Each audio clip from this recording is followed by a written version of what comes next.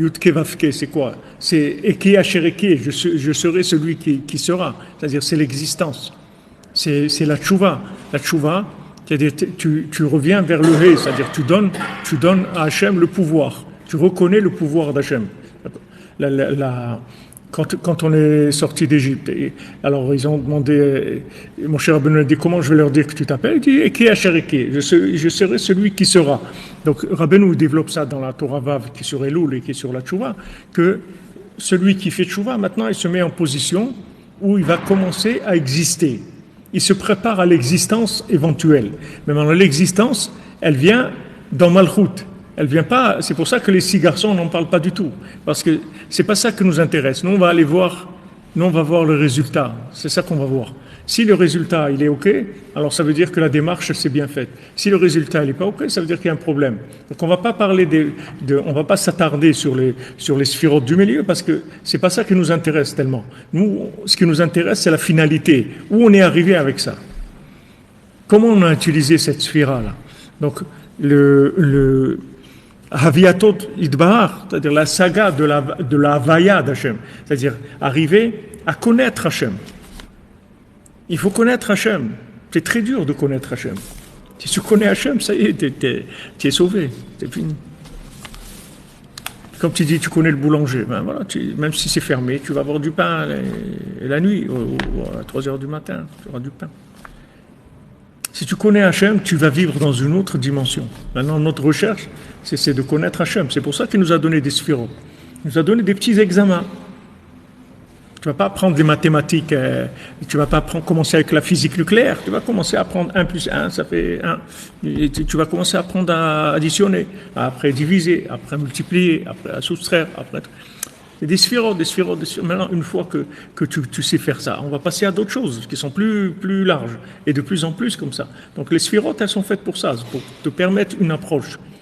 Alors la saga d'Hachem, il dit ici, qui est l'existence d'Hachem. En fait, dans chaque madrega, c'est-à-dire dans chaque niveau, quand tu prendras dans n'importe quelle sphira, c'est sauf Maaseh v'Marshavatrila. C'est-à-dire que maintenant, nous, on va regarder la fin de l'action, et dans cette action-là, on va pouvoir reconnaître quel était l'engagement au niveau de la sphira. Est-ce que cette sphira, elle a été vécue comme il faut ou pas? Est-ce que tu as compris ou tu n'as pas compris? Si tu dis à quelqu'un, le feu, ça brûle, c'est dangereux, ça brûle, et tu vois qu'il met sa main dans le feu, ça veut dire qu'il n'a pas compris, il y a quelque chose qu'il n'a pas compris. Parce que toi, tu lui as dit ça pour pas qu'il mette la main dans le feu, qu'il se fasse mal. Mais si tu vois que malgré que tu lui aies dit ça, il met la main dans le feu, ça veut dire qu'il n'a pas compris. Il faut que tu trouves un autre langage pour lui expliquer. Parce que ça, il n'a pas compris. Donc, on regarde dans Malchut. Quand on voit que cette telle sphira, elle a permis la révélation d'Hachem, ça veut dire que c'est bon. Et sinon, ça veut dire que ça ne vaut rien du tout. Ça peut être des théories, tout ce que tu veux. Tu peux faire des trucs extraordinaires. Ça ne vaut rien. Parce que ça revient. Est-ce que maintenant ça t'a amené de la hirat Hashem, de la crainte d'Hachem? Est-ce que maintenant ça t'a soumis à Dieu?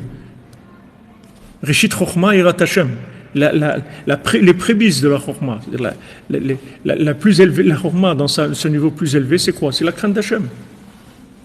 Si maintenant tu n'as pas la crainte d'Hachem, ça veut dire que tu n'as rien compris du tout. Tu es dans du cinéma, tu n'as rien compris.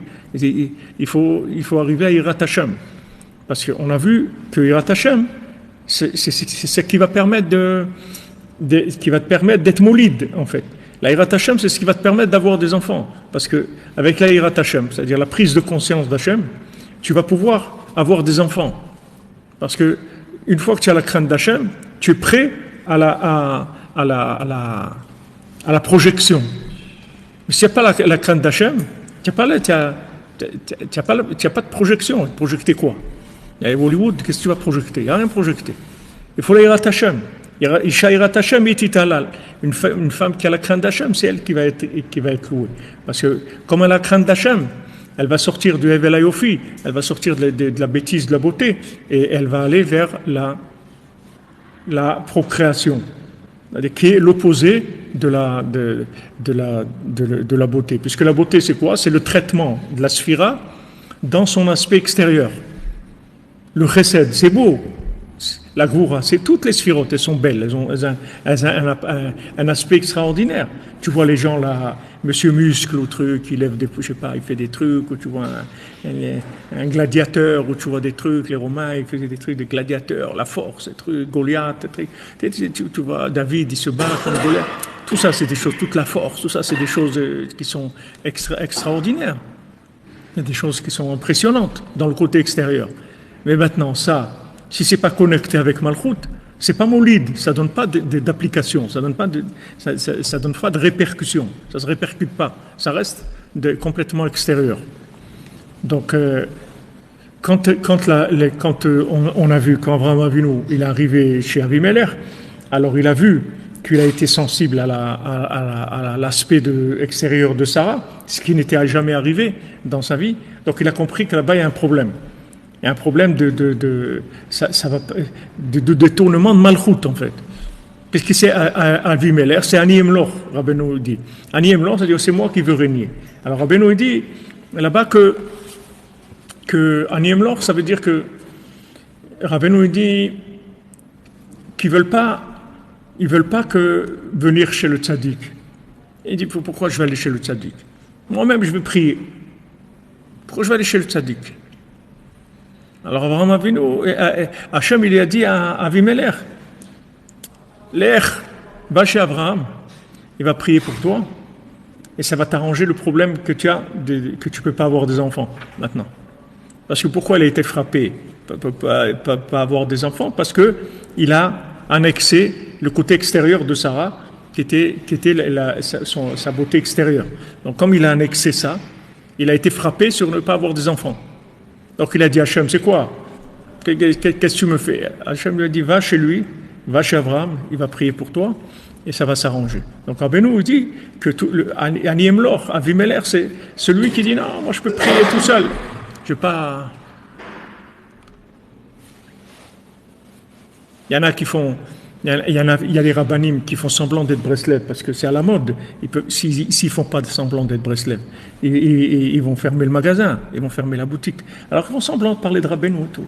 Et quand ça vient à Rosh Hashanah, tu vois qu'ils sortent un truc et ils cassent. Tu vois, parce que quand ils arrivent à Malchut, comme Rabbi Nathan dit, Amelech, où est-ce qu'on met la couronne? C'est à Ouman. Et tu vois, quand ça arrive à ça, ça dérange, ça. Ok, Breslev, c'est bien, la Simcha, tout, Itbodedou, tout, c'est super, mais ça, c'est trop, ça. C'est trop. Ça marche pas. Parce que, tu vois, il n'y a pas un bitoul, il n'y a pas une soumission, là, Malchut. Parce que, quelque part, la personne, avec sa chokhma, elle croit qu'elle comprend des choses. C'est ce qui s'est passé avec Avimelech. Rabbeinu dit, Ani Emlor, il veut pas reconnaître qu'il faut qu'il aille chez le tzaddik. Il lui a dit, va chez Abraham Avinu qui navi ou va chez lui parce que c'est un navi. Et Rabbeinu dit le mot navi c'est niv sefataim, c'est-à-dire c'est quelqu'un qui a des lèvres qui sont belles, c'est-à-dire il sait prier, il va prier pour toi, il va t'arranger ton problème. Ton problème que tu ne peux pas avoir d'enfant parce que c'est un endroit où il n'y a pas d'Yirat Shamayim. Et eux ils sont descendus là-bas et ils ont arrangé ça. C'est-à-dire, Abraham et Sarah, ils sont descendus en Égypte et ils ont été métaken là-bas, ils ont réparé ce côté extérieur de la sphira qui est traitée en dehors de Malchut. Alors là, ça commence tout le côté de la splendeur de la sphira en elle-même. Alors que maintenant, cette sphira-là, c'est vrai que cette sphira-là, c'est extraordinaire, une sphira extraordinaire. Mais il ne faut pas oublier qu'on t'a donné cette sphira pour te permettre d'avoir accès à Malchut, c'est-à-dire de donner la royauté à Hachem. On ne peut pas te dire, donne la royauté à Hachem. Tu dis, mais attends, mais quoi, comment, qu'est-ce que je vais faire, etc. Alors on te parle un langage qui est quelque chose de contracté et qui est adapté à ta nature profonde, qui est soit la bonté, soit la rigueur, soit le différent, soit ta nature profonde. Et ça maintenant, puisque tu es quelqu'un qui a un don, une affinité avec ça, tu vas arriver à le transmettre à Malchut. C'est-à-dire que tu vas pouvoir donner le meilleur de toi-même à Dieu. Tu vas travailler pour Dieu. Mais si maintenant tu ne travailles pas pour Dieu, alors ça s'appelle Evel Ayofi, c'est-à-dire que tu vas utiliser le côté extérieur de la chose. Qu'est-ce que tu dis, Ron? Ce côté éternel, on faut voir que peut-être c'est né de ça aussi, parce que le premier conte, il parle que de la volonté. Il y a peu d'aspects de chesed et de. Il y a des splendeurs, on peut les décortiquer, mais Ouais. donc c'est vraiment le côté éternel de la chose, du Netzach, qui va faire qu'on donne la malchoute. C'est une sphira, le Netzar. C'est la sphira de Rabbeinu, mais c'est une sphira. C'est-à-dire, c'est une sphira, mais même si elle est importante, et celle qui est encore plus importante, c'est Yesod, puisque c'est elle qui est en contact direct avec Malchut. Et elle est, chacune, elle a son charme, comme on dit. Chacune, elle a sa. C'est-à-dire, si tu as une sphira qui te parle, où tu te sens mieux dans cette sphira-là, c'est là où tu vas servir Hachem, dans cette sphira-là. C'est comme ça que tu vas donner le meilleur de toi-même. Seulement, il ne faut pas l'exploiter à ton compte, il faut l'utiliser pour révéler la grandeur d'Hachem. Mais on voit un Netzach, c'est ce qu'il utilise, mais il y a beaucoup le Ratson, le Ratson, le lien du Ratson, ça vient de la Hava, ça vient du Chesed, le Ratson. C'est le don de soi-même, le côté expansif, le Ratson. Netzach, c'est de vouloir que ça marche. Il faut que ça marche. Netzach, ça veut dire on va gagner, c'est-à-dire on va gagner. Mais l'inspiration, le vouloir, l'expansion et tout, ça c'est le côté d'Abraham Avinu. C'est le début et la fin. La fin aussi, ça sera comme ça. Abraham Avinu, c'est le commencement et la fin. À la fin, quand on va finir, on va remettre le monde, il va tourner sur le système Abraham Avinu. Olam Chesed Ibané. C'est un monde de bonté. Il n'y aura que de la bonté, c'est tout. Il n'y aura plus rien, que de la bonté. Mais comme il y aura une maturité dans le monde, il n'y aura pas besoin des autres sphirotes pour encadrer la bonté. Aujourd'hui, il y a besoin, parce que la bonté, elle part en vrille, elle s'en va. Donc, toutes les sphirotes, elles vont cadrer. Mais une fois qu'il y aura le da'at, il y aura la conscience véritable de Mashiach, chaque sphira, elle sera dans sa plénitude et que dans le côté positif. Il y aura plus ce côté extérieur, là. Alors, c'est ce qu'il dit ici. Tiye kmoken mahmadze gam be'ashlamat asagat aviato itbarach shebechol madrega. כי סוף מעשה במחשבה תחילה כנזכר בעת הקודם לזה. Donc, שהאות האחרונה, שהמלכות היא הבת השביעית. Maintenant, la sphira la sphira de Malchut, qui est la 7e sphira, il y a 6 du milieu, et elle en bas, elle s'appelle la fille, et elle s'appelle, pour ça, elle s'appelle aussi Shabbat, Shin Bat. C'est-à-dire, elle s'appelle la Malchut. La Malchut, ça veut dire que tu es arrivé à la reproduction parfaite de la pensée d'Hachem dans la réalité. Tu vois? Ça s'appelle Malchut. C'est-à-dire que tu es arrivé à reproduire exactement dans la réalité comme des fois, il y a des gens, c'est impressionnant. Moi, je ne sais pas dessiner du tout. Ça m'impressionne beaucoup. Moi, je ne sais même pas dessiner une boîte d'allumettes. Mais je vois des gens, ils regardent un paysage comme ça, et voilà, ils commencent à le dessiner. Et tu vois, c'est impressionnant. Tu vois, ils te dessinent, il te fait une reproduction du paysage maintenant. La reproduction, si tu veux, de la pensée d'Hachem, de son intention, de ce qu'il avait à l'esprit, tu vas le trouver dans Malchut, dans la Bat, dans Shin Bat. C'est-à-dire tu vas le trouver dans le but final. C'est là où tu vas le trouver. Donc c'est pour ça que c'est elle qui l'aimait le plus. Parce que tout le reste, c'est de la préparation. Mais ce qu'il aimait le plus, c'est la réalisation de son projet. C'est ça qu'Hachem il aimait le plus. C'est ça qu'il a tu vois, Hachem, il a tout donné à Shlomo HaMelech. Pourtant, c'est David qui a tout fait. Tout le temple et tout, c'est David, c'est pas Shlomo. Mais le fait que Shlomo HaMelech, il l'a construit parce qu'il est arrivé dans un contexte où il avait le droit de le construire, même si c'était avec la force de David. Mais Hachem, il a eu beaucoup d'amour, beaucoup de respect, il a eu un lien très très fort avec Shlomo HaMelech. Malheureusement, ça a dévié, comme on a vu, comme Rav Nachman l'a expliqué, avec Bat Paro, Bat Paro, c'est Malchut de Sitracha, c'est Bat, mais de Paro.